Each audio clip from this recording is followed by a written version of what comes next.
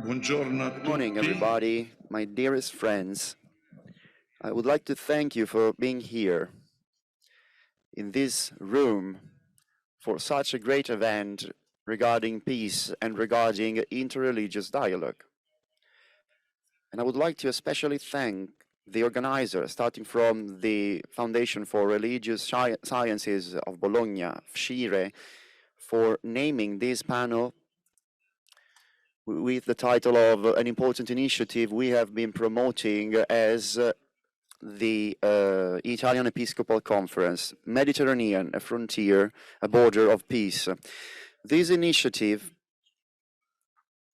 started in Bari in February 2020, and it will have also a second edition in Florence in February 2022.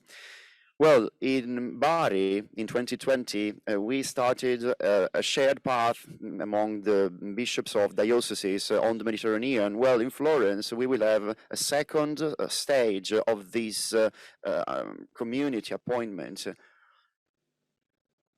This summer, Bernard Scholz, president of the Fondazione meeting, well, he interviewed me and he defined the meeting of Bari as a sort of record. In fact, it is since the last of the since many centuries, we have seen a lack of dialogue when it comes to ecclesiastic dialogue. Well, it was such an important thing, putting the bishops together, joining the bishops together with the end of the Roman Empire. For Christian churches, the Mediterranean basin has been a theater of distancing, of fragmentation, and of detachment. The most telling example was the end of the ecclesiastic unity between the Western and the Eastern world. The Mediterranean basin kept on being a very important religious lab from a cultural and from a scientific point of view. We are now at a stage in human history in which we can further allow that new dynamics, that new difficulties make us enemies rather than friends, because the ongoing situations require joint action. Otherwise, we are going to multiply and to increase tensions. And these tensions are going to repeat and repeat everywhere, are going to happen everywhere. Just think about migrations, just think about the problem of water or energy issues. Well, the Second Vatican Council provided us with precious and important tools. In fact, we needed to say thank you, and thank you for these tools.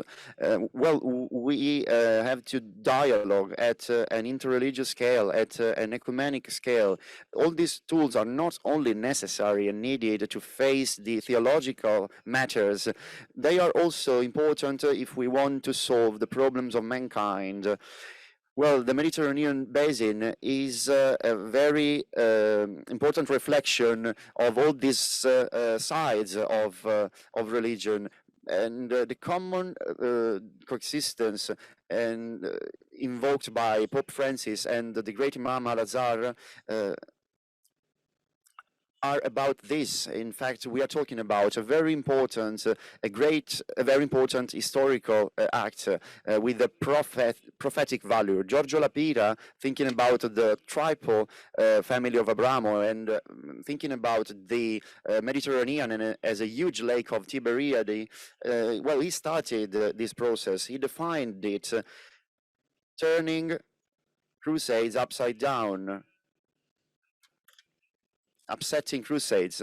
Well, this process was inspired by a reflection in depth, because you cannot look at the sea just focusing on the surface. You also have to focus and to observe the streams in deep water. Well, Lapira loved the sea. He was a seaman, and he liked doing this metaphor. Well, these metaphors. This reasoning were supposed to put an end to the colonial era. At the Italian Episcopal Conference, I always suggest this to the Italian Church and to my brothers and sisters. Well, the Mediterranean horizon, the Mediterranean basin is not just necessary if we really want to understand the social and political world, but also the ecclesiastic one. From this standpoint, at a symbolic level and at an hermeneutical level, I think that the interventions, the speeches of Pope Francis on the Mediterranean are crucial, and also on peace and tolerance. I would like to list and to recall the speeches made by Pope Francis in Lampedusa in 2013, when he was at the beginning of his mandate. The meetings in Bari with the patriarchs of Middle East and with the bishops of the Mediterranean basin, or from a doctrinal point of view, we have already mentioned a document related to human brotherhood. Well, think about his speech at the Naples conference in 2019, and let's recall all together the very simple and straight words that seem to come out of the very heart of the Pope on June 13, on past June 13, when he was about to shed his tears, and he said that the Mediterranean has become the greatest cemetery in Europe, the bigger cemetery in Europe. These words are very important. They are extremely important because they shed light on very important issues that become even more significant here in such meetings like the one we are holding. First of all, the centrality, the central role of the Mediterranean in the contemporary world. Today, the Mediterranean is not only a basin, a sea among three continents, but also a very important perspective, a very important standpoint from which we can look at the whole world. Lapira always said that Mediterranean Sea arrived till the Urals. Well, on this sea we have three faith, three traditions, three religions that along centuries they have shaped the whole Mediterranean basin. And in the Mediterranean, as it was said, everything merges up and everything becomes like a new reality, like a new world or puzzle. Well, in spite of the fact that the central role of the Mediterranean was determined by the three Abraham religions, as I wrote last month, the Mediterranean is always characterized by a pervasive economic globalization, and this globalization becomes a dangerous indifference when we lose our focus and we stop focusing on the poor and on migrants. From this point of view, unfortunately, the Mediterranean Sea is a sort of point of observation from which we can look at the world. Is a sort of kaleidoscope. That's why we, the Christians and the Catholic and all the followers, have to be present, have to be there in the Mediterranean, not as a mere presence, not as just observers, as witnesses. We have to be there as a living prophecy of the love of Jesus Christ and as a witnessing of the unleashing power of the Gospels. Only by doing so, only if we do so, only if we face these challenges all together, the three religions coming from Abraham, well, we can become a meeting point, a melting pot between peoples, between religions, and between traditions. This melting pot can change the story and the new present of the whole world, not only of the Mediterranean basin. I deeply think that we can name Mr. Lapira the Holy Mayor of Florence. Thank you very much. Grazie. Thank President Bassetti for this introductory guidelines and comments on the issue of today's session, which is the Mediterranean, as you know, as with this image of a frontier or for peace. If I may just take few points of this introductory remark, the question of even underlining how the Conference of Italian Bishops have been trying to follow this issue in an intra-faith debate, trying to also see how the unity and diversity of religious communities, but also of East and West, of modernity and tradition, can be part of a challenge and part of a debate and part of a meeting and a dialogue, and eventually of a cooperation that might help and facilitate solutions to overcome misunderstandings, conflicts, violence and hatred, and rather develop once again better ways of and approaches for people, regions, cultures and believers to be part of this process of the Mediterranean, not only as a symbol but also as a place of where, as it was mentioned, we are not foreigners, we are not tourists, we are not only migrants, but we are part of citizens and believers that are in this process of humanity and diversity, but in unity and respect of each one's identity in dignity. I think this is of course, this was also part of, as it was mentioned, the Abu Dhabi in 2019 declaration of Pope Francis with the great Imam of Sheikh Al-Azhar Ahmed Al-Tayyib, but the symbol, the universal symbol of brotherhood, of fraternity, might be an inspiration for this session, and I'm very glad to thank the Italian government as the presidents of this year's G20 and of this Interfaith Forum for focusing today on this Mediterranean. We will have 7 very distinguished speakers in this short session, and unfortunately, but they will have not so much time to show their experience, their wisdom and their guidelines on such a important subject, but at least the idea is to have this kaleidoscope, this plurality of experiences of wisdom and of knowledge that can eventually inspire policies and solutions on this issue. The first speaker is His Eminence Angaelos from the Coptic Orthodox Church in the United Kingdom. We have been sharing the first spiritual, ritual, interreligious ceremony on Saturday, and I'm glad to listen and to give him the floor for his first remarks among the 7 speakers. You have 7 minutes, please, Eminence.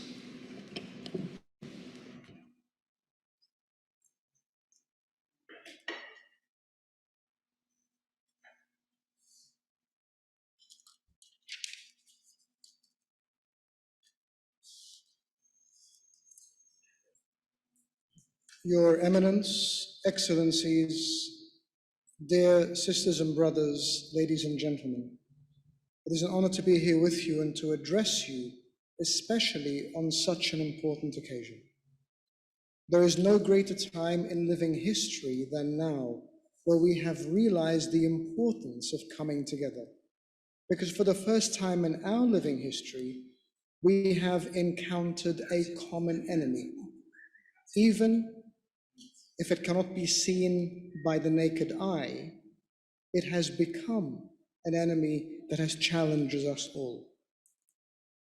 And when we speak about the Mediterranean, I'd rather not speak of a melting pot, but I would rather speak of a cumulative identity that has been built over generations, over millennia, where we have people of all faiths and none who gather together. The wonderful thing is you can see their shared culture, but you can also see their marked differences, which makes them who they are and which adds to this wonderful collaborative kaleidoscope of this artwork. I think when we first speak about religious persecution, we must realize that it is a phenomenon. It is not sporadic. It is not about a Jewish synagogue in Pittsburgh, or a mosque in New Zealand, or a church in Sri Lanka. It is an act against people of faith. And unless it is addressed as a global phenomenon, it will never have a solution. And as we have learned, as I said, over this past year and a half, that a global pandemic needs global collaboration. The healing we are talking about in this conference must be a healing that comes from a sense of respect and acceptance, not to be protected as a minority with minority status, but as one who is of equal citizenship, with all the rights and the responsibilities that come from that. And so we speak of indigenous religious communities, as is my own, as the Coptic Orthodox Church, being descendants of the ancient Egyptians, as indigenous people in Egypt. We have rejected the status of a minority. But what we seek is recognized citizenship of those who are indigenous people. It is a matter of humanity. It is a matter of people of religion and faith understanding that we have all been created in the image and likeness of God, and so we all bear an identical human dignity and sacredness of life that must be protected, regardless of creed or indeed no creed at all. And so this healing needs to come from that recognition. As we look around the world, we see the caliphate in Syria and Iraq still directing its anger at Christians. We see the Rohingya Muslims being persecuted in Burma. We see Uyghur Muslims being targeted in China. We see Christians in Kenya, in Tigray, in Nagorno-Karabakh, and around the world. We must lose this understanding that there is a monopoly over victimhood, because we are all targets. There are acts of killing, acts of dehumanization. We must stop looking at small, incremental solutions. We must restore the dignity of humanity. I, as a person of faith, as a minister in the Church of God, see that that is my mission. Called into the ministry of my Lord and Savior Jesus Christ, who is and will continue to be the chief advocate of all humankind, even those who reject him. It is not my role then to distance people, but it is my role to act as an advocate. It is no longer about provision, but about prosperity. Not about protection, but about safety. It is not about survival, but about human dignity.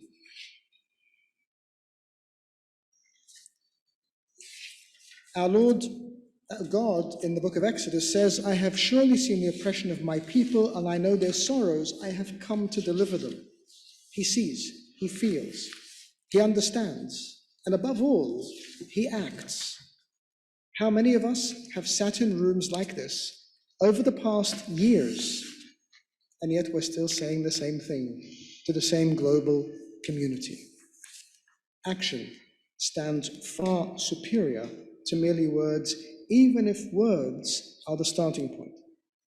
What we must realize is that in a place where there is attack on a minority, that is usually a testing ground, because there will be violations on other religious minorities, persecution and discrimination against other groups.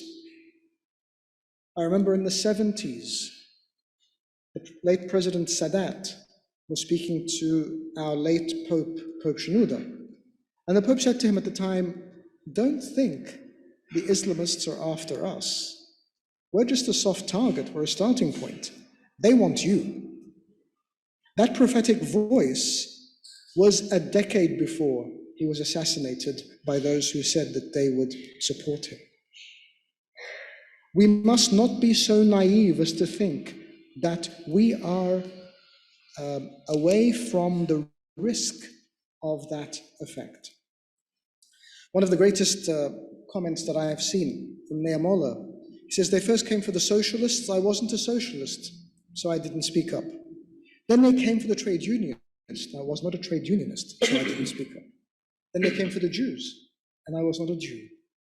And when they came for me, there was no one left to speak for me. We must continue to speak for one another. As a result, in England, we have set up our advocacy office, Refsemi. Refsemi is a Coptic word that means advocate, and a language that was to be eradicated over 1,000 years ago now stands for all people of all religions and none. Let us work together. Let us stand together. Let us act together. Let us be intolerant together of intolerance. And let us be strong in our witness, cumulatively, in a shared stance, leaving tribalism, leaving nationalism, leaving self-interest, and realizing that there is one world and one people of God, and those are who we are entrusted with, and those whose safety and dignity is our responsibility. Thank you. Thank you, Eminence. Thank you very much also for giving, even in your high responsibility in the United Kingdom, in Europe, but also giving us also the example of what happened, unfortunately, in Egypt during President Sadat, and the prophetic vision you shared also with President Bassetti on how religious leaders and even political leaders share some visions and even guide possible solutions. And unfortunately, when these prophetic words are not listened and implemented, then you have these crises and conflicts. And again, also to underline the richness of an indigenous, multi-religious, multicultural identity. We have to recognize this and not do any speculation on minority issues, which was part also of the Abu Dhabi Declaration. Thank you again. Thank you for inviting us to be intolerant. The next speaker is His Excellency, a dear friend, Armando Barucco, ambassador of the Italian government to the Kingdom of Morocco, but also, if I may say, a very special diplomat that has the experience not only of serving in the Middle East, in the Mediterranean, but also to link the diplomacy with the knowledge of religion and international relations. Your Excellency, please. Oh, thank you very much, and thanks to the G20 of religion for the invitation to this panel. And I feel humble having to speak after His Eminence Bassetti and His Eminence Angaelos. And so what I will do, and I think is very appropriate, just to give a completely different perspective, of course. The perspective of a practitioner and of a diplomat who served my country for almost 30 years in several war zones, but also in the European Union. So it is a little bit a summary of my experience with regard to the subject of the panel. And there are a few points that I wanted to highlight, and there would be many more, but of course I will try to stick to the time that was given to me. First of all, I would like to say that before coming here, I came across a very small book that was among the books that I was supposed to read. And it's a very small pamphlet by Umberto Eco. And it's a very small pamphlet about the enemy and the notion of the enemy. And in this very nice pamphlet, he described a little bit the construction of the enemy. And of course, for a diplomat, something like that is essential, in the sense that when you describe the enemy and you have to build the enemy, there is a concept that is extremely important, which is the concept of the border, and which is the physical, geographical demarcation between you and the other. And there is a very beautiful book that was written by a very dear colleague and one of the most distinguished and thoughtful diplomat that we had was Roberto Toscano, that actually was sort of speaking about this paradox of diplomacy, because diplomacy, and the book was called The Face of the Other, Il viso dell'altro. So the concept of the other, on the one side, is essential for diplomacy and foreign policy, and you help to build the other, that could be the friend, the enemy, the allied, the hostile, and you help to build also with this instrument of the frontier, of the border. But this is, as we all understand now, and through the process that led us to the European Union, and coming from a generation for which, traveling was a big thing. First of all, you needed a passport. Not all young Italian students had the passport, and you had to do that, and the controls, everything was very complicated. And then looking at what we do now, I would say before COVID, okay, it has made things more complicated. But until 2 years ago, it was more difficult to go from the periphery of Rome to the center of Rome than going from Rome to France or to Spain, okay. So things have developed in a way that is unprecedented in a very positive manner. But then we are still sticking to this concept of the frontier and the border.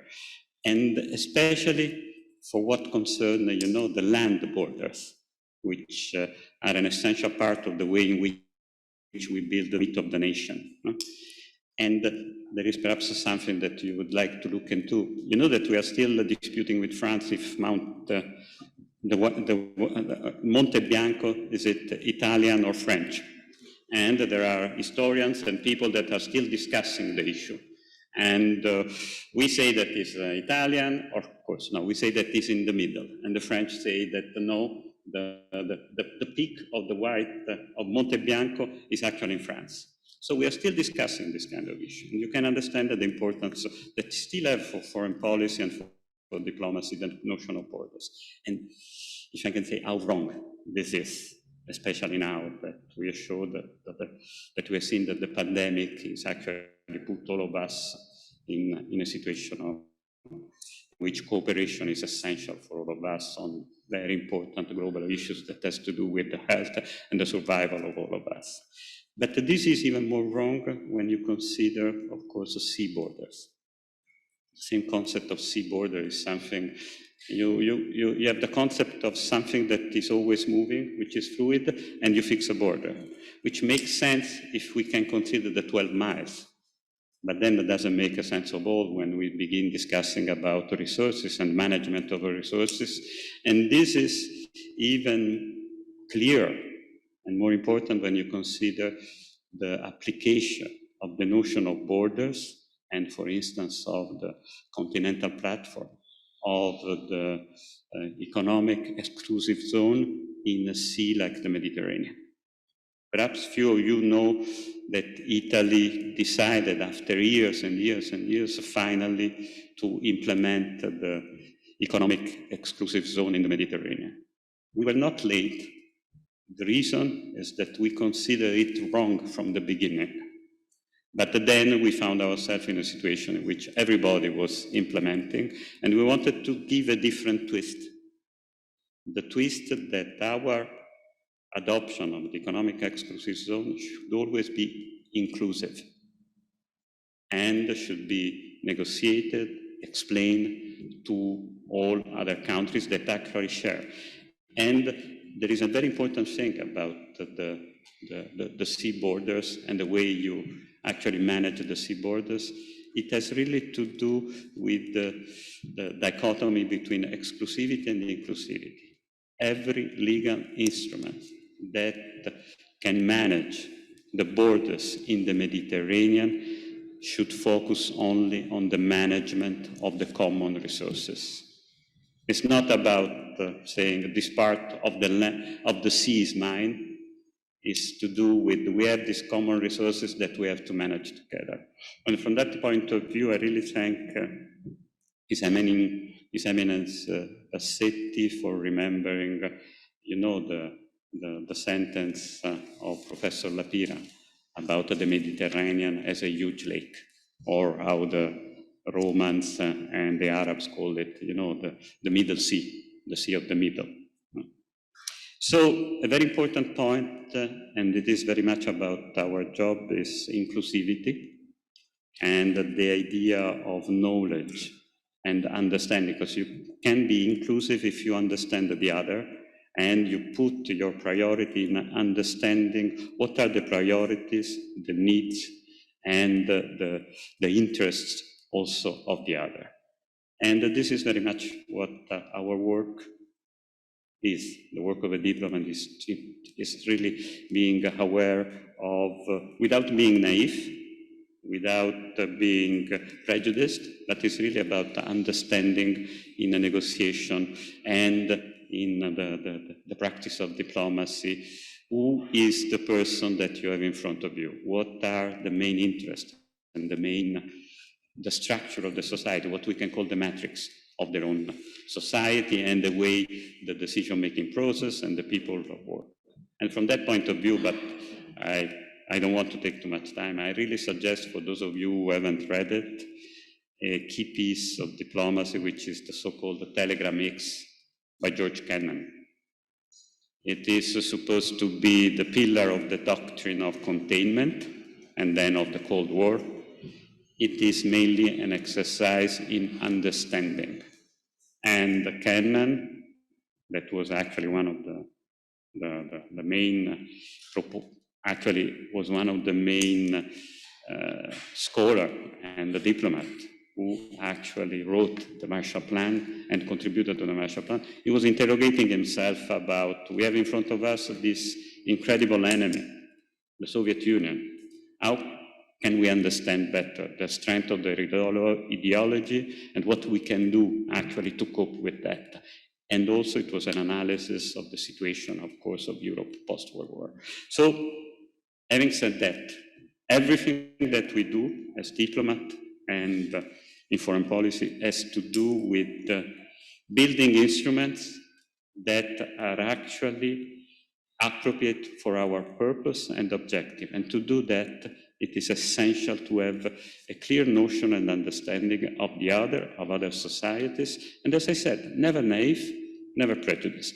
Try to have the clearer possible picture. And on the basis of that, this is something that in my previous capacity as policy planner in the Ministry of Foreign Affairs, we developed a series of instruments. And as the Italian government to face with the Mediterranean and the situation in what we called a little bit like Professor Lapira, the enlarged Mediterranean. This notion of the Mediterranean as a global hub in which the three continents are all interacting, Europe, Africa, and Asia. And these instruments, and I will just give flashes of what they are, and just then give you my conclusion. First of all, political and security. 1 minute, please. First of all, political and security. Whatever we do must be in terms of multilateralization of any problem. And this is a little bit what we did in building the Med Dialogues Conference. And then economic. Whatever we do, we must take into account the numbers, as Beniamino Andreatta was always saying, and look at the number of trade and economics between the countries of the Southern Shore. Civil society. I talked already about Med Dialogues, but then everything that we do is based on understanding and cooperation, exchanges, etc. And just actually to always give this feeling that the Mediterranean is a sea of exchanges. And the last point that I want to make just has to do with one of the, I would say, most powerful instrument that we have for building the Mediterranean as a frontier of peace. And this is something that is new, relatively new, 20 years, the diasporas. look at the influence that the diasporas in Europe have in their own country. I had the experience of being in Sudan and the revolution of 2018.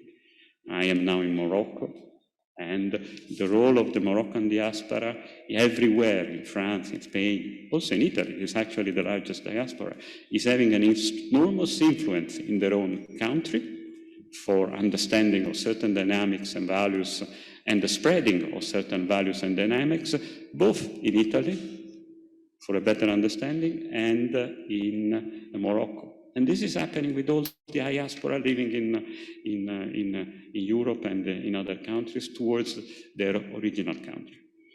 And I would say that this is a sort of very silent revolution, a quiet revolution that is happening, that is making the two shores of the Mediterranean closer, and that is actually an essential contribution for this.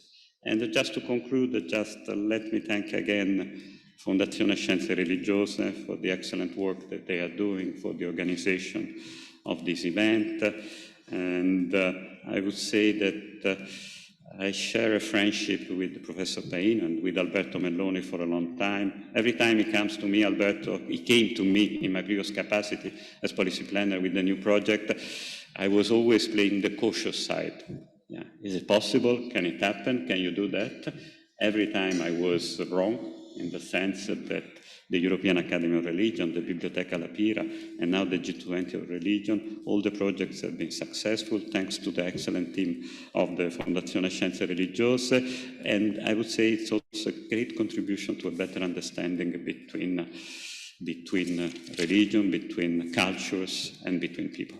Thank you very much. Thank you.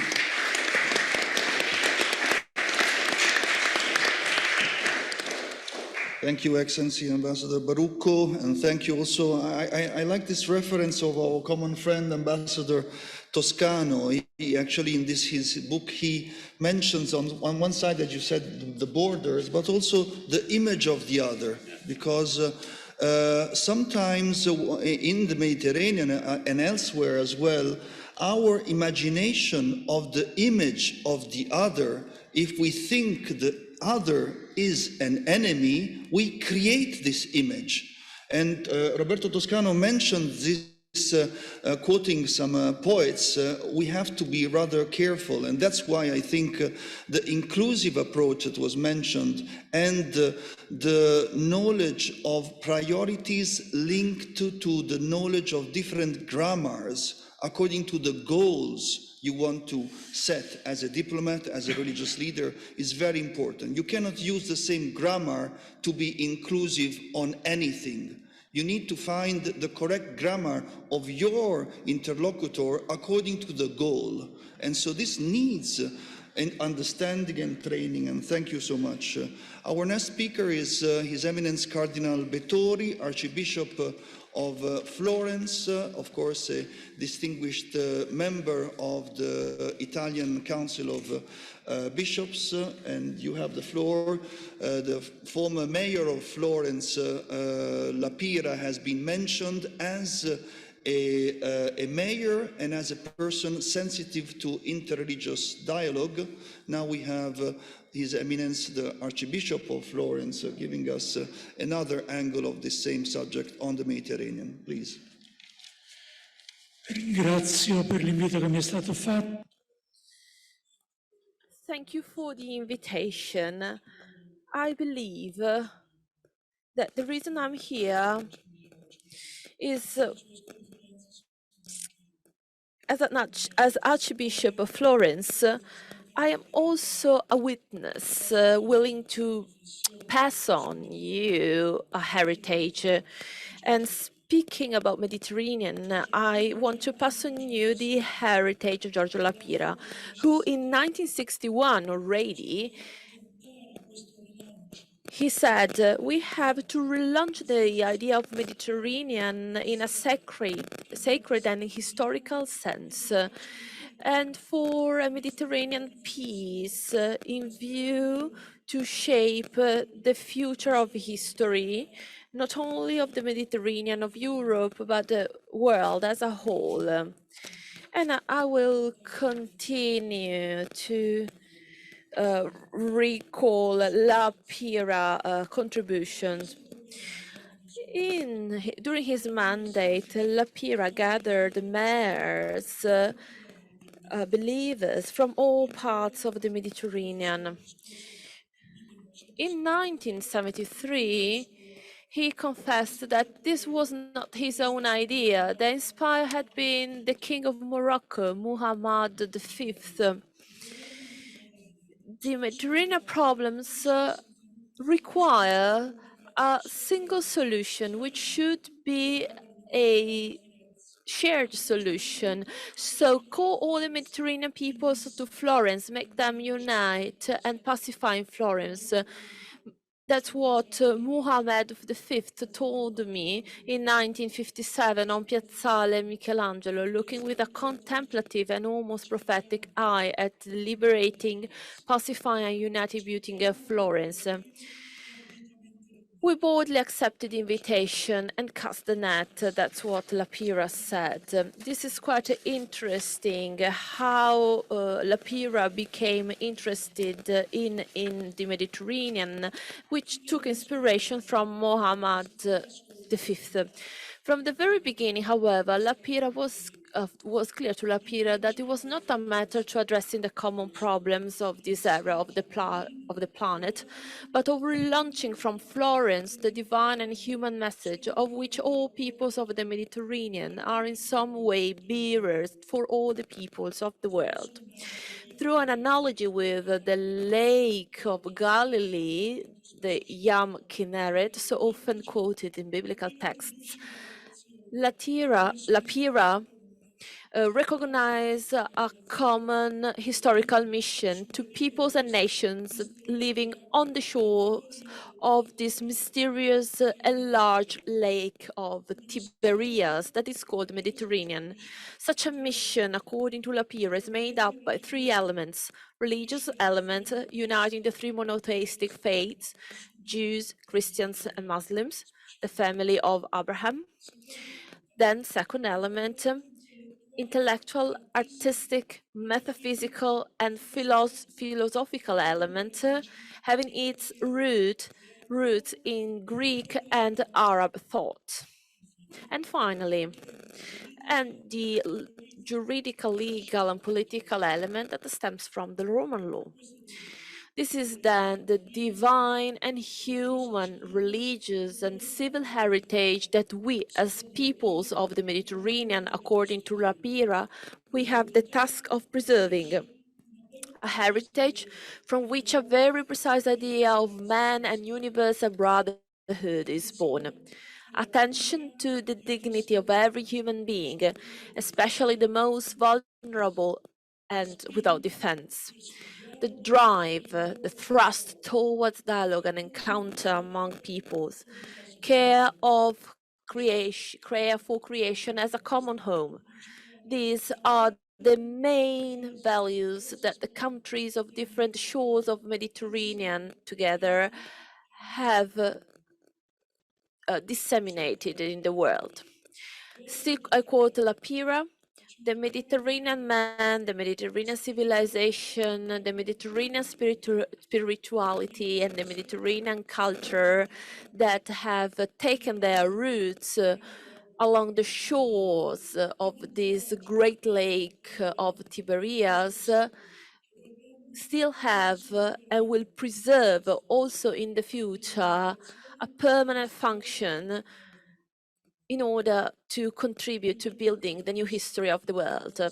Before all this, before doing this, the Mediterranean needs to be transformed from a moat dividing peoples and cultures to a great lake around which civilization flourish and meet.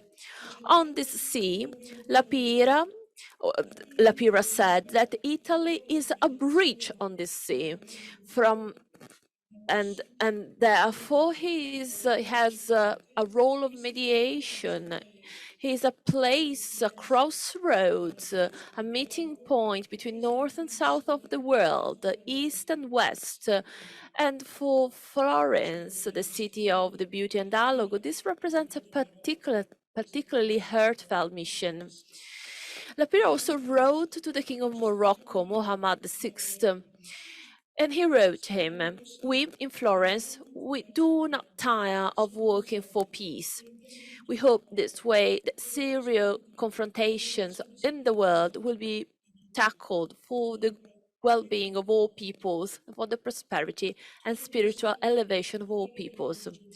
In all these, the role of religions is crucial. It can be in a negative sense when religious differences become the pretext to trigger conflicts that have actually different reasons, like geopolitical, economic, social reasons, but they can also be for good, because the encounter and dialogue between religions can open a new deal, a new time. This concerns in particular the encounter between Jews, Christians, Muslims, whose coexistence in this limited space on shores surrounding a small sea represent a serious responsibility before the whole community, for the whole humanity. Lapira also said, in a moment that was marked by bitter conflict as the one we are living in today, he said this word, and I really hope that these words can resonate because they're very timely. He said, "And let this peace come among the children of the same patriarch, Abraham." We know that Abraham is passing the blessing of God on his sons, such as Ismail, and from Ismail to all the Islam Christian people.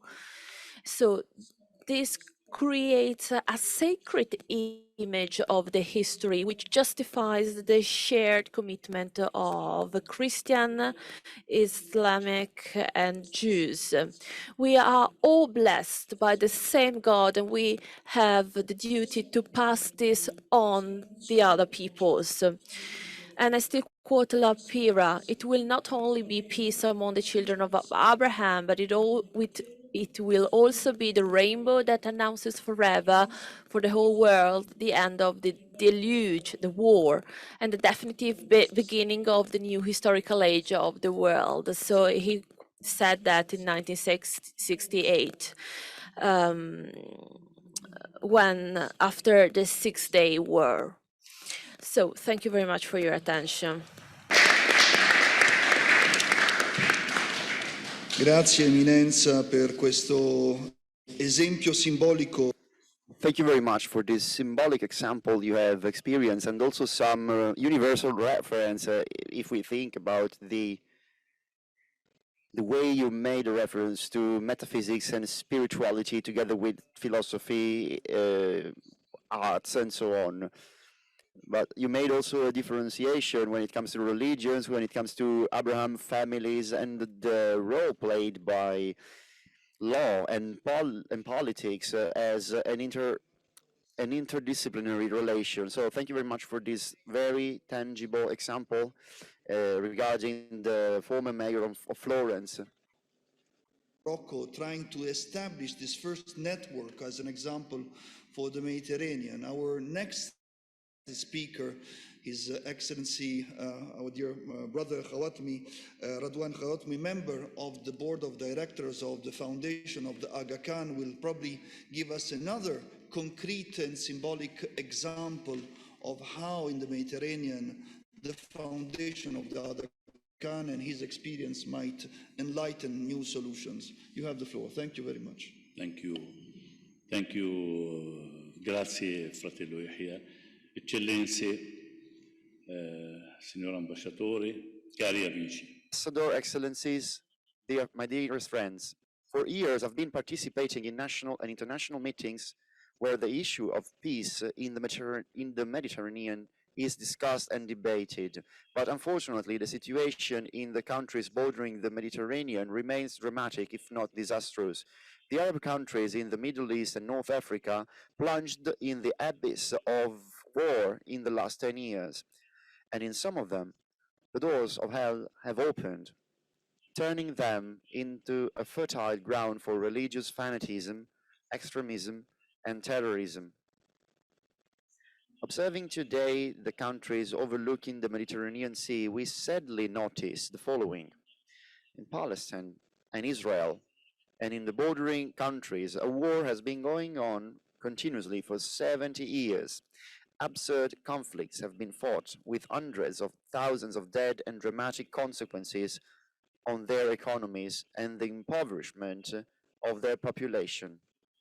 In some countries, the investments in the military surpass by 100 of times the ones destined to healthcare and education put together. I wonder which results were produced by these wars. Nothing aside from all damages. Today, Israel is still in conflict with Palestinians, even if there are some timid and shy initiatives for peace with some of the Arab countries. These 70 years of conflict could have been avoided going back to the original agreement between two states with two peoples. It is time to launch an initiative on an international level supported by the United States and Europe with the goal of a lasting peace, ensuring the security and the safety of the State of Israel and a sovereign state for the Palestinians. In Syria, we had the worst civil war in history with 1 million dead and 12 million refugees that are living in camps in inhuman conditions. 10 years of civil war determined the economic and social destruction of Syria, including its infrastructures. In Yemen, the war has been going on for 9 years, bringing destabilization of the whole Arabic Peninsula, where the fires are getting closer and closer to oil wells. Iran is in a situation of permanent Cold War with the bordering states and especially with the Americans. In Lebanon, once considered the Switzerland of the Middle East, today the income per capita is lower than the one of Bangladesh. In Iraq, after the departure of the United States, the country cannot find its balance and the economic and social situation is dramatic, even if the country is a great producer of oil. In Libya, and I'm making a list of all the Mediterranean countries, well, in Libya, peace is still a mirage, and its factions are still fighting against each other. And if that was not enough, the Turkish army has now arrived to play a destabilizing role. Tunisia cannot find a social and democratic equilibrium, and I'm afraid that soon it will head towards a civil war. In almost all of the above countries, there is one thread that connects their destinies and that can save them. And this thread are the United States of America. This great international superpower has the keys to establish a lasting peace in the Mediterranean, if they want. America has the economic, social, and diplomatic means, and if necessary, also military power to enforce a right peace between all the countries in conflict between them. America understood perfectly that no military solution can ensure world peace. Afghanistan is a recent example which testifies this statement. In 20 years of American occupation in Afghanistan, they could not obtain any results through military actions. American forces had to abandon the countries and they have to leave the country in the hands of improvised Taliban forces, destabilizing the country with dark international scenarios. In this dramatic scenario in the Mediterranean Sea, I ask you to join your voices to mine to launch this following Manifesto of Bologna to the President of the United States, Joe Biden. Mr. President Biden, I send you this vibrant appeal that your great country promotes and sustains a peace initiative in the Mediterranean countries. You tried with military actions, wars, and sanctions in the last 50 years, and you saw the poor results you obtained. Today, I ask you to try the road of negotiations, of diplomacy, and compromises and agreements, as sincere aid for the development by promoting supports towards democracy and freedom. I ask you, Mr. President, to delete the unfair sanctions on Syria promoted by the previous American government, where the real victim was the Syrian population, because these sanctions created suffering, poverty, and injustice. I ask you to promote actions for a different, lasting peace between Israel, Palestinians, and Arabs.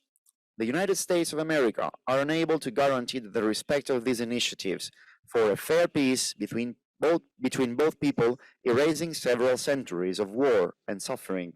You invested $1 trillion in the last 20 years in Afghanistan, losing also thousands of your valid soldiers and brave soldiers. With half of this amount, you can turn the Mediterranean in the sea of peace and prosperity for millions of human beings, and consequently, you will allow growth of democracy and freedom. So, may the arms and weapons industry go to hell. So, Mr. President, these industries should convert their activities in new labs for research in healthcare and in the production of clean energy, alternative energy, while maintaining intact their profit margins, or even higher than now. My heart beats with joy for the opportunity to deliver you personally this Manifesto for Peace of Bologna, if you, Mr. President, would like. May God help us start a new era of peace.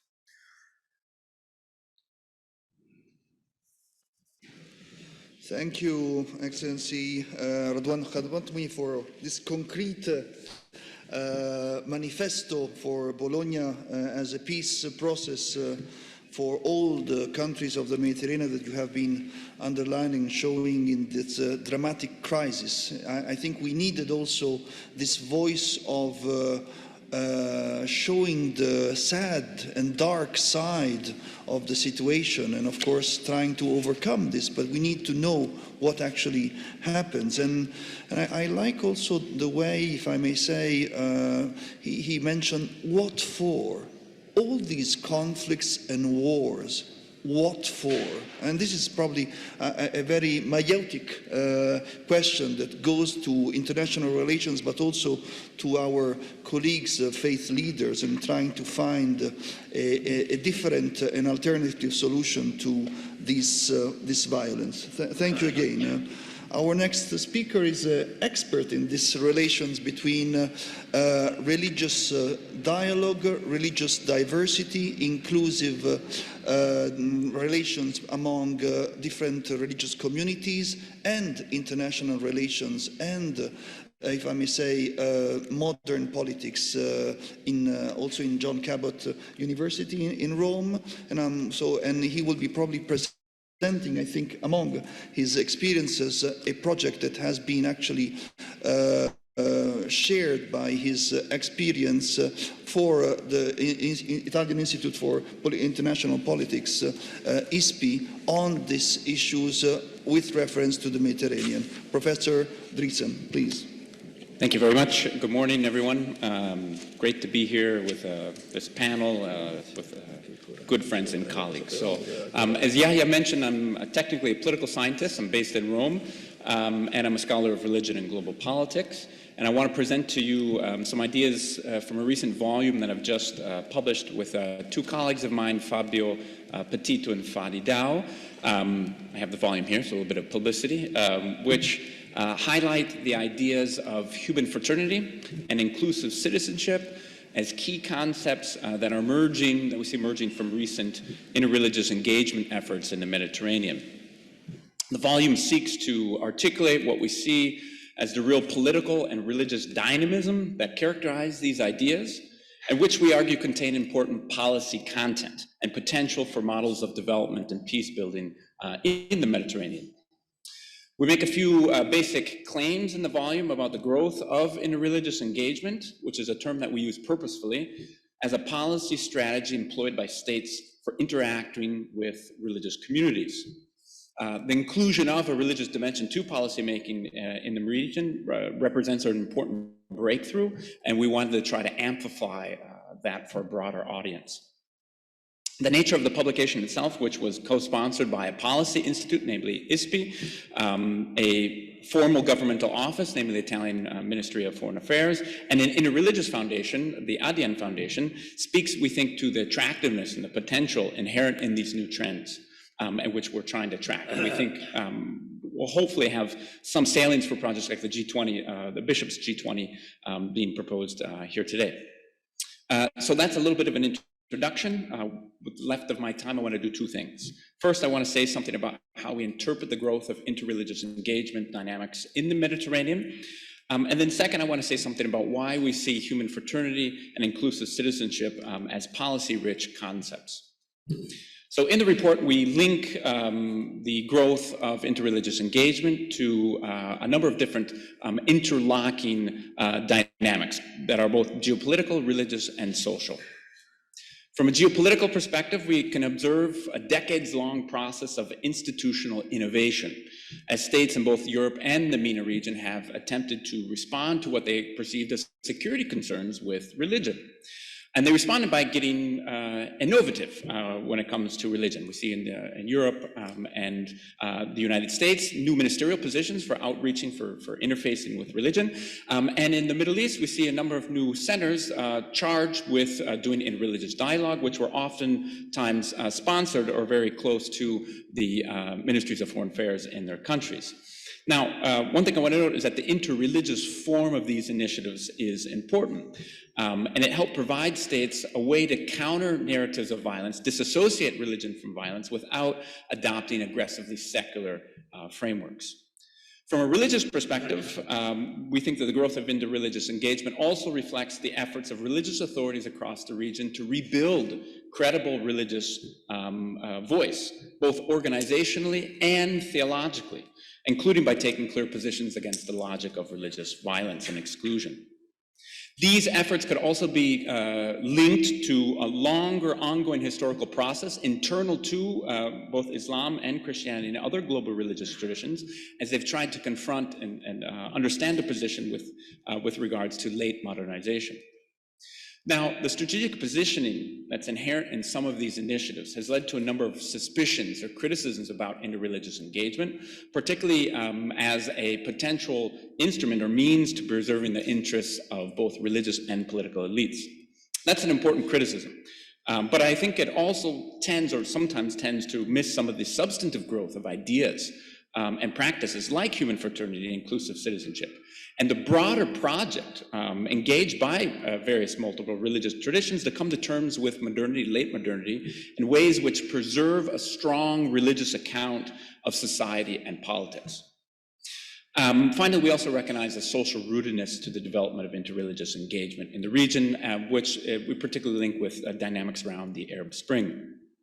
The combination of these multiple impulses helps to explain the shift, we think, that we see over time in the region and how interreligious initiatives have moved, particularly policy-oriented religious initiatives, have moved from a more defensive or really ad hoc and emergency-driven initial position, which was primarily focused on disassociating religion from narratives of violence, to taking the initiative on more comprehensive proposals for political development.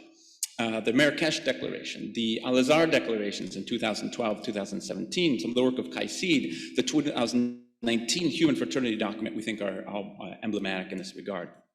It's interesting to note that there's almost a stone that the builders rejected logic at work here.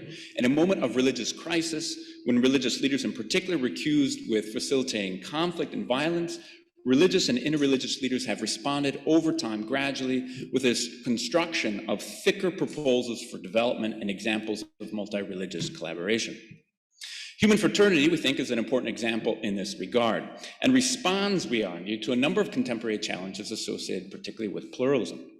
In their groundbreaking declaration, Ahmed Al-Tayeb and Pope Francis present human fraternity as the commitments which they pose as religious duties that individuals owe to others as individual beings, as fellow human beings, not simply as fellow religious believers. Now, they make it an interesting move here, I think, and I would argue that they essentially reclaim or re-articulate a classic public function of religion in society, namely that of mobilizing social solidarity.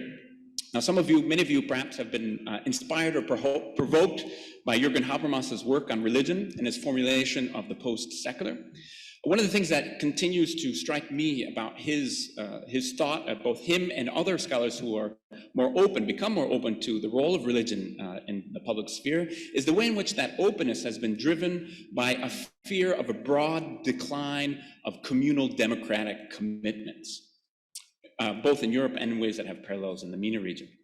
In other words, many scholars today recognize that our political crises can also be understood as crises of solidarity, which are characterized by a lack of democratic fraternity. Now, in response to these crises, Tayyip and Francis charge religious communities with motivating social solidarity beyond the individual and beyond the sect and as religious duties. And so in doing, they pose human fraternity as the necessary flip side of diversity, and they embrace pluralism as religiously desirable, as willed by God and his wisdom, as they write. For its part, the growth of inclusive citizenship as a model of political development is also the result of several intersecting dynamics.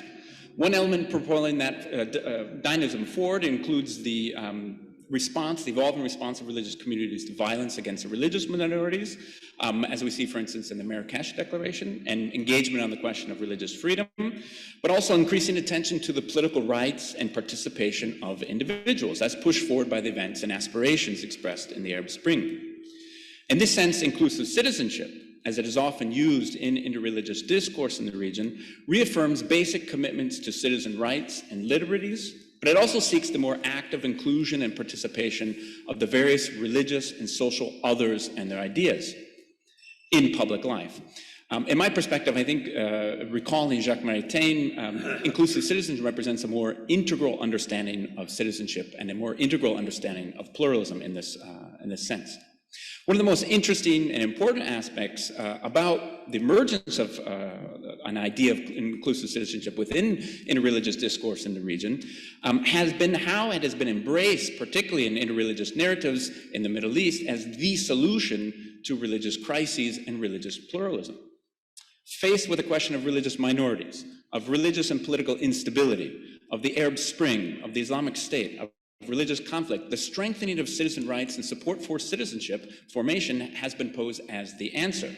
And it's an answer which is posed as being coherent with an ideal of religious flourishing and religious renewal, and which is stabilized by it. In this sense, therefore, there's an important religious dimension which links the promotion of citizenship to the promotion of fraternity, and which also begins to reveal its profound and specific Mediterranean character. As the Secretary of State of the Holy See, Pier Parolin, has recently written, these religious dynamics which link citizenship. Questo inizia a rivelare delle specifiche dinamiche per quanto riguarda la fraternità umana e una cittadinanza inclusiva, soprattutto per quanto riguarda le ultime ondate di migrazioni. Dunque la cittadinanza è il culmine del documento sulla fraternità umana, ma è anche un requisito che si riferisce ai paesi del Mediterraneo e della sponda nord del Mediterraneo. In conclusione, Interreligiously rooted, open understanding of community and diversity, one which draws on new positions of religious pluralism and freedom, and which invites religious and interreligious actors to exercise their public social responsibility as co-authors of political and social life. Therefore, they represent a welcome attempt to construct a religiously meaningful and politically balanced approach to public religious engagement, and carry the promise, we believe, of a new realistic politics of hope for the Mediterranean and beyond. Thank you very much. Thank you.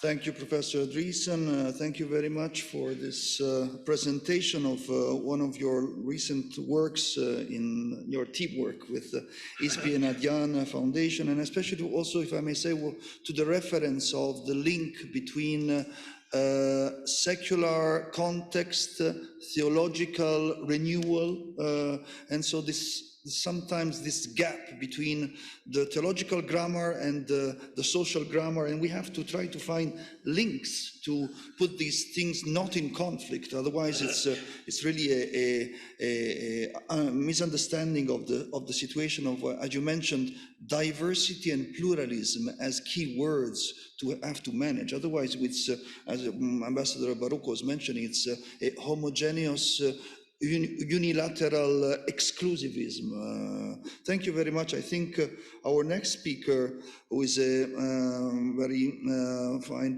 diplomat, ambassador of the Lebanese Republic to the Holy See, His Excellency Farid Ilyas Al-Khazin, will be helping us. A reference was given by His Excellency Khawatmi on Lebanon, and we pray and we hope and we are looking forward to listen to your speech coming from Lebanon and in your role as a diplomat to the Holy See.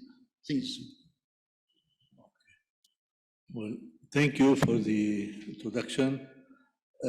I will address the subject matter, namely Mediterranean and the frontiers of peace, and we'll begin with the Mediterranean in general, move on to Lebanon, and then back to the Mediterranean and its conflicts.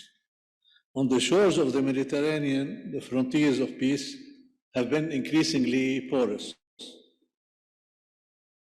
And I will name names. In Libya, where warfare and chaos have prevailed since the collapse of state and society in 2011, conflict continues despite attempts to contain it.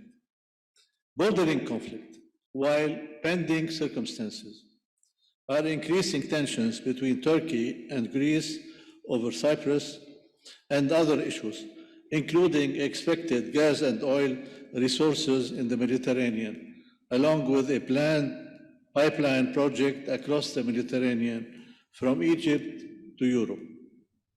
Tensions are also rising between Algeria and Morocco over Western Sahara. While Syria's conflictual issues are not over yet, Russia, though not a newcomer to the Mediterranean, established recently a large naval base on the Syrian coast in Tartus. As for the Arab-Israeli conflict, Arab-Israeli-Palestinian conflict, well, as you all know, there is no end in sight. In neighboring countries to the east and north, conflicts continue in various ways, with some involvement with some conflicts involving non-state actors, armed non-state actors in Iraq, in Syria, not to mention, of course, the conflict in Yemen or the ongoing war in Yemen. In addition, and a bit far beyond, Taliban's recent takeover in Afghanistan may provide incentives for radical Islamist groups to mobilize once again, irrespective of the course of events in Afghanistan following US withdrawal. These conflicts have had repercussions far beyond regional politics, for rivalries involve major powers, notably the United States, regional powers, notably Iran, and the US-Iran clash over Tehran's nuclear program has had significant global and regional implications for many countries in the region. Moreover, Turkey is another newcomer to regional conflicts, with an ambitious agenda that goes beyond traditional power politics, namely that of the Cold War era. Turkish involvement in Syria is well known, and also in Libya and in the recent Azerbaijan-Armenia war. And in addition to this, deteriorating relations between Turkey and a number of Arab countries, notably Egypt and Saudi Arabia. And needless to say, in Taliban ruled Afghanistan, Turkey and Iran will not be content to be on the receiving ends of events. Now to Lebanon. In Lebanon, conflicts are of a different nature. Unlike the war years, 75-90, when the country was an open battlefield for regional and internal warfare, Lebanon today is not a war zone. There is no war or eventual armed conflict in Lebanon. And more important, despite internal differences on various issues, and there are many of them, no Lebanese party has sought armed conflict, and indeed, quite the contrary, avoiding violence of any kind has been one of the issues on which Lebanese political and religious leaders agree and seek to preserve. This is on the positive side. But Lebanon, of course, has been beset by multiple crises since 2019.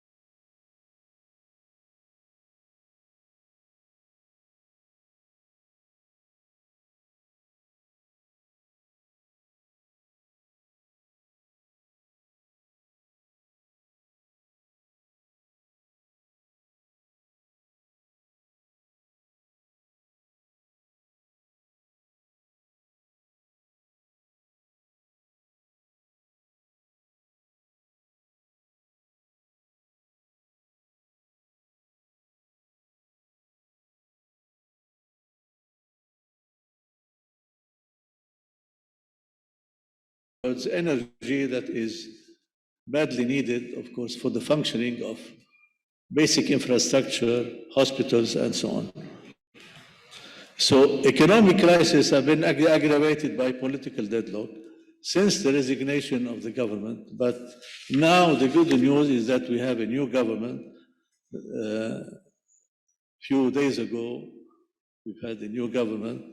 And I hope that this new government will be acting according to a roadmap and will eventually, I believe, get some assistance and funding from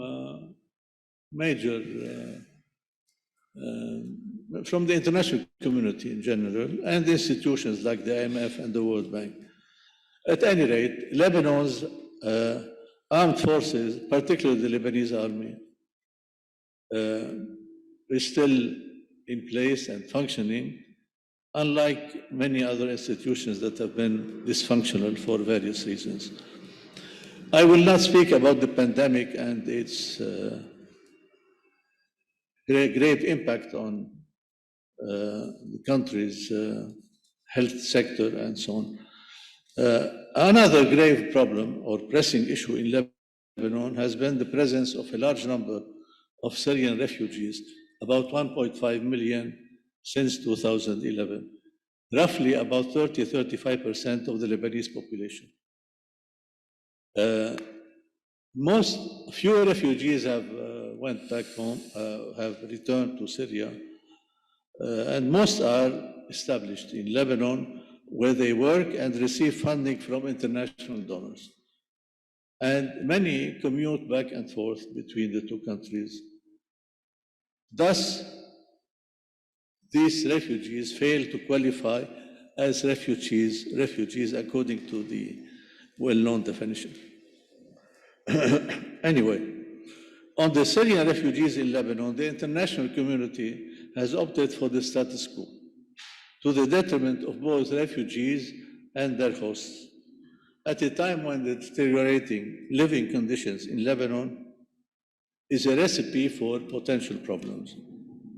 As for Palestinian refugees, about 400,000 in Lebanon since 1948, the situation, of course, is no less alarming. To make things worse, a massive explosion devastated the Beirut port and its residential surroundings on August 4, 2020. It resulted in the killing of over 200 people, injuring over 1,000, and more than 600,000 became homeless, in addition to massive destruction of properties. Equally tragic have been attempts to hamper justice and to derail the investigation into the explosion. Excellency, 1 minute, please. The international community has been actively involved in several initiatives to help rescue Lebanon from this debacle, notably France and the Holy See. And Lebanese army has been the prime beneficiary of foreign aid from several countries, US, Europe, Arab, and others, while NGOs have been the main vehicle for international assistance, especially after the port blast. And now with the new government in place, I think there will be more action or more effort toward dealing, especially with problems having to do with infrastructure. And on a positive note, Lebanese society has shown significant resolve and solidarity, transcending communal allegiances and interests. And this is what can be built upon in due time. In fact, the October 17, 2019 uprising was a spontaneous popular response which triggered unprecedented opposition to government. It brought together people from all walks of life, from all regions in the country, political affiliations, and within all confessional groups. But beyond geopolitical considerations and power politics, Lebanon's survival is akin to a mission proclaimed by Pope St. John Paul II in 1989. Accordingly, Lebanon is viewed as a country carrying a message, that of freedom and the model of pluralism for both East and West. In the same vein, Pope Francis referred to Lebanon as a small yet great country, and he added, a universal message of peace and fraternity arising from the Middle East. And this was in the recent meeting of Lebanon's church leaders convened by Pope Francis in the Vatican on July 1st, 2021. Lebanon indeed is small in size, but it's the only country in the region where Christians and Muslims, individuals and groups, not only live together, but they do so at their own free will, and where religious freedom is as part and parcel of Lebanon's traditions and culture. And in Lebanon, unlike in other countries, tolerance and encounters in everyday life between people of different religious backgrounds and denominations is genuine, that is not enforced or imposed by the state. But despite, of course, conflicts and setbacks, Christians and Muslims in Lebanon have learned to accept each other. In Arabic, we call this al-aish al-mushtarak, at a time when radicalism and violence have swept the Middle East in recent years. It is also in Lebanon where Christians, Catholic, Orthodox, Protestant, and Muslims, Sunni, Shia, Druze, Alawite, of all denominations, historical and cultural backgrounds, are free to express themselves politically and otherwise. Thank you, Excellency. We need to conclude. Seeking peaceful coexistence along our shared Mediterranean space is worth pursuing in Lebanon and elsewhere, at a time when bridges of tolerance and moderation linking the Middle East to Europe are increasingly in short supply. And to conclude, it's in everybody's interest to prevent turning the Mediterranean into a war zone at a time when delimiting maritime border lines between states in disputed areas floating on gas and oil is cause for concern, as is the case between Lebanon and Israel, as well as between Cyprus, Turkey, Syria, and Greece, and maybe other countries. In the coming years, the Mediterranean will gain additional strategic significance, not only because of developments on land bordering coastal areas, but also underneath water.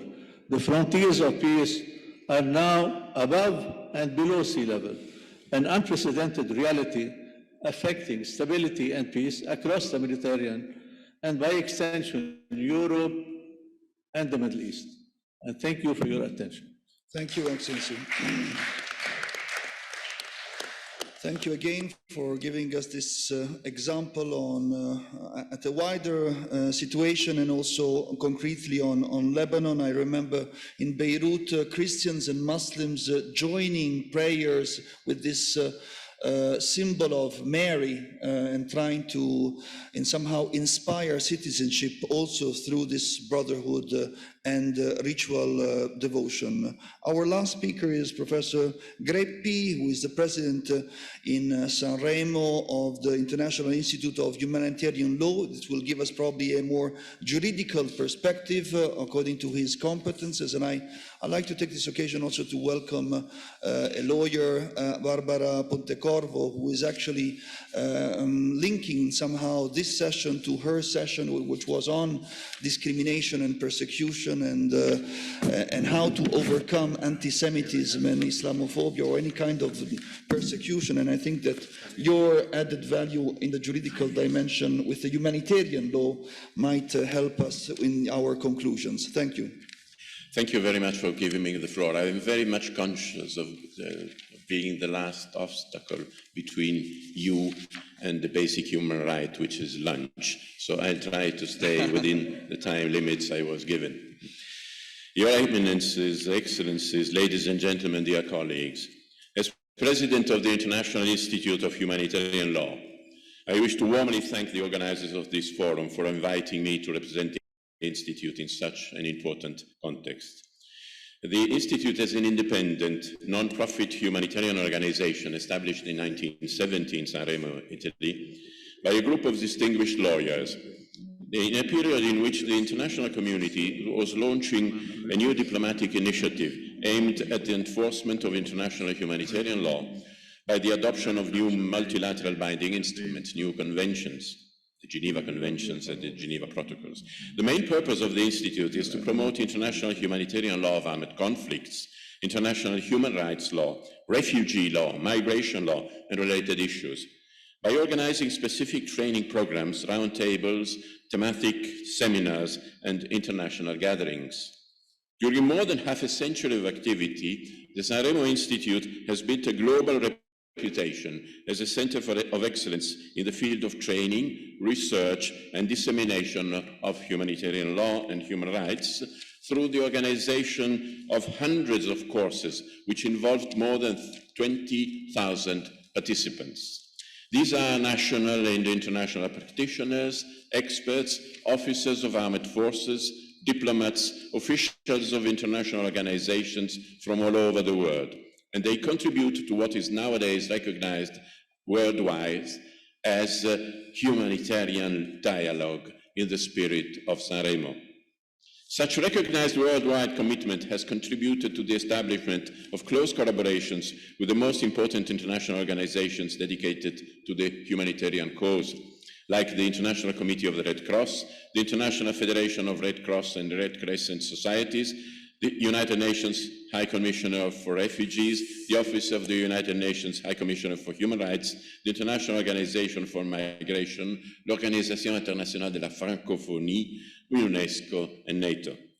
Against this background, the Sanremo Institute has always been aware of its Mediterranean vocation, not only due to the astonishing landscape that you can admire from our offices in Villormont, but above all because of the complex issues that are dealt with in the framework of its training activities, with particular regard to the international legal framework of migration flows and the protection of vulnerable groups and categories of people. Over the years, the Institute has indeed increasingly developed its offer of training programs, conferences, roundtables, and workshops conducted in different languages: English, French, Italian, and Arabic. Activities have been hosted in Sanremo and in many EU and non-European countries, including some countries of the Mediterranean, such as Tunisia, Jordan, Lebanon, Egypt, and Libya.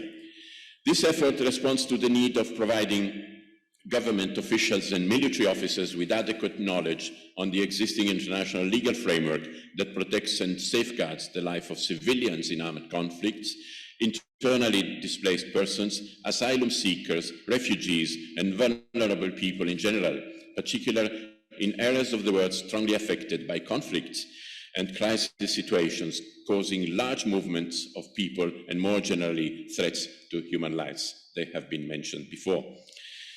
More recently, the attention of the Institute was raised also toward needs of promoting the respect of human rights and fostering a peaceful dialogue, not only among different populations, but also within different societies. Many initiatives already exist worldwide and in Europe in the field of peace education. Many of them have a religious inspiration. Unfortunately, they often exist back to back. Fragmentation is the rule, and collaboration is not frequent. Within this framework, the Institute contributed to the establishment of the Education Inspiring Peace Laboratory. The idea initially emerged in 2016 with the objective of creating an international hub in Sanremo to generate synergies among initiatives and networks with diverse cultural backgrounds and to assemble the critical mass to reach the desired impact on education systems. The impetus came from the Paris Declaration following the terrorist attacks in 2015, and the opportunity came in 2017 from an EU Erasmus grant for a project which involved the Institute, the University of Modena and Reggio Emilia, and a few important European partners, with the primary objective of developing research and training activities for the benefit of teachers, educators, students, policymakers, and providing scientific analysis and support for the development of education and cultural policies at different institutional levels within the European Union. As a concrete follow-up to the project, there was the final and formal establishment this year of the Education Inspiring Peace Laboratory at the initiative of the Institute and some relevant European partners. Among the first outcomes of the work recently done by the EIP Lab, available for consultation on the website, are cases of good practices in school and in formal education, a competence framework for peace educators, benchmarking tools for schools and public policies.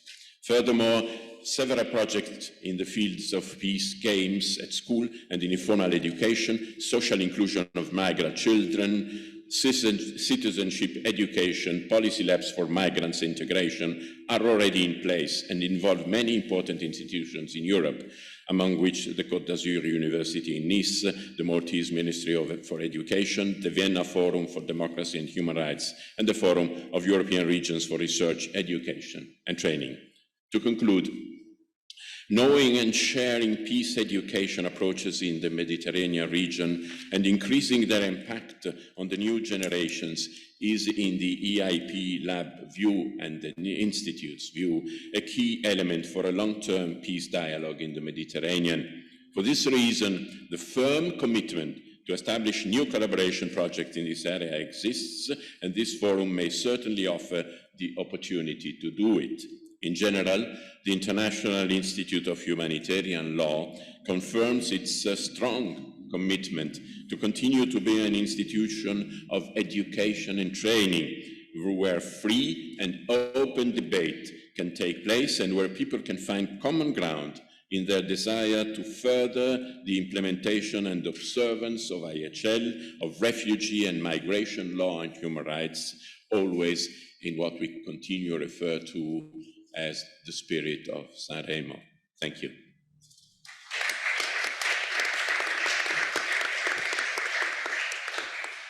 Thank you, President Greppi, for this other example that comes from another side of beautiful Italy, Sanremo, and also for, if I may say, pointing the concrete training example. The educational investment is very much needed to know each other, understand the differences, respect the relations, and develop possible guidelines and solutions in practical fields in the Mediterranean also, and as well as in Europe. Let me just conclude before passing to His Eminence President Bassetti for his brief conclusion with this. Maybe there is an example from Sanremo I like to highlight. I remember visiting this beautiful city in the Mediterranean, where you can find a functioning Orthodox Russian beautiful church that was built according to the art and symbolism of the Christian Orthodox Russian guidelines.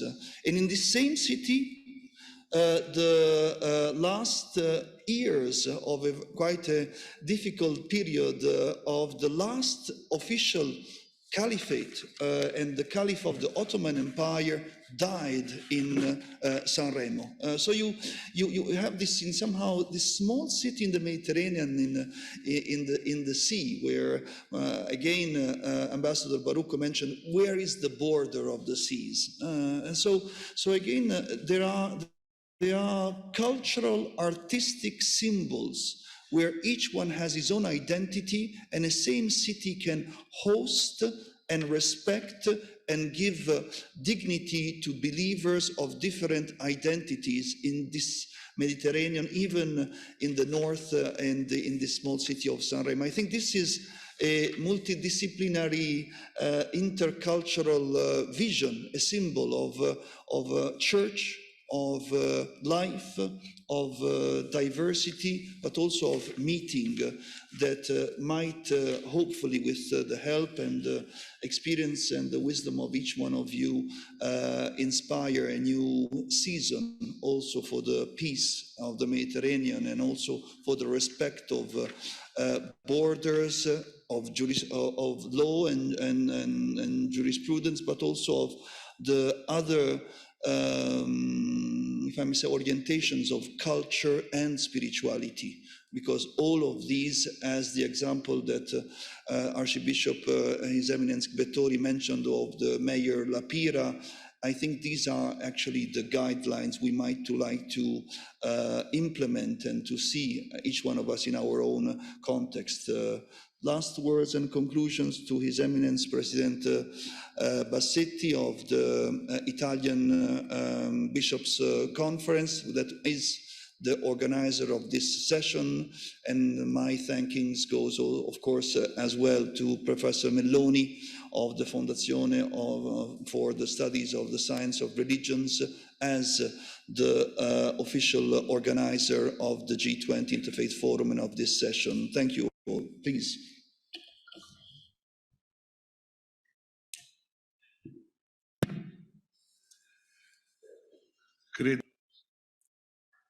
I think that it is extremely difficult summing up these speeches and these interventions, which have really paid an important contribution to today's proceedings. And many of them have been very complex. Summing up all these would be like trying to stick a needle in a funnel, because it has been like a funnel of proposals and of new ideas. So we will need time to analyze and to reflect on these many things that have been said. If I may use the word to conclude, I would like to sum up with 3 words our proceedings. The first word I would like to use, and that we often use, even the Pope often uses, but that we should probably think more thoroughly, is the topic of outskirts. We need to get used to take a look at outskirts, because today we desperately need this look at outskirts, this focus on outskirts, because only in the outskirts, only in the suburbs, only away from the center, we can do something tangible. We are too used to focus only on the center, but we should rather focus on other realities, the world of outskirts. And we need to accept that these other worlds are complex, are made of different issues. So if we do not accept the polarity and the very diverse reality of outskirts, we will never create authentic and real cultural processes. So this is a quote by Pope Francis, but I totally share his view on that. So we need to focus on human outskirts, human suburbs at a geographical scale, at an existential scale. Well, the main effect of this is that we realize that we are outskirts as well. We are human suburbs as well. We need to be aware of that. If we really realize this thing, and if we want to mention the second point, which is that we are outskirts, that we are suburbs, then we will avoid those behaviors, those inclinations, which is a flaw, which is always a common flaw, and it has always been a flaw inside the church. And this is the risk we have of being self-referential, of focusing too much on ourselves, neglecting all the rest, neglecting the outskirts. For example, I think that many people are sort of smashed and quenched by the Western modernity, by the Western globalized world, and maybe we have not acted thoroughly and properly. So many of us have a too quenched view from, we are too influenced by our standpoint, by how things are in the Western world. And we approach the rest of the world, we approach the rest of the problems with our approach, with our method, with our Western method. Today, everyone says that we live in a secular world, so nothing different can be made. This is the only way to proceed, using the Western method and being self-referential. Well, the last thing I'd like to say, and that is very painful to me, and I will say that as a man of religion, is the concern about young people. Young people think that we can't understand their needs, and they feel us as very distant. And often we say that young people are too far away from religion, and that they are too influenced by consumerism, by globalization, by the Western style of lifestyle. Well, we need to find the right balance. Obviously, well-being is a main trait of our society, and there are different factors bringing young people away from religion, but we should make them understand, help them understand how to be a gift for the others.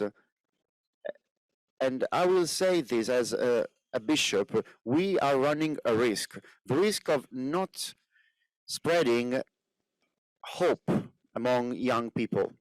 So these 3 points, these 3 remarks: outskirts, we shouldn't be self-referential, but we should rather be more open.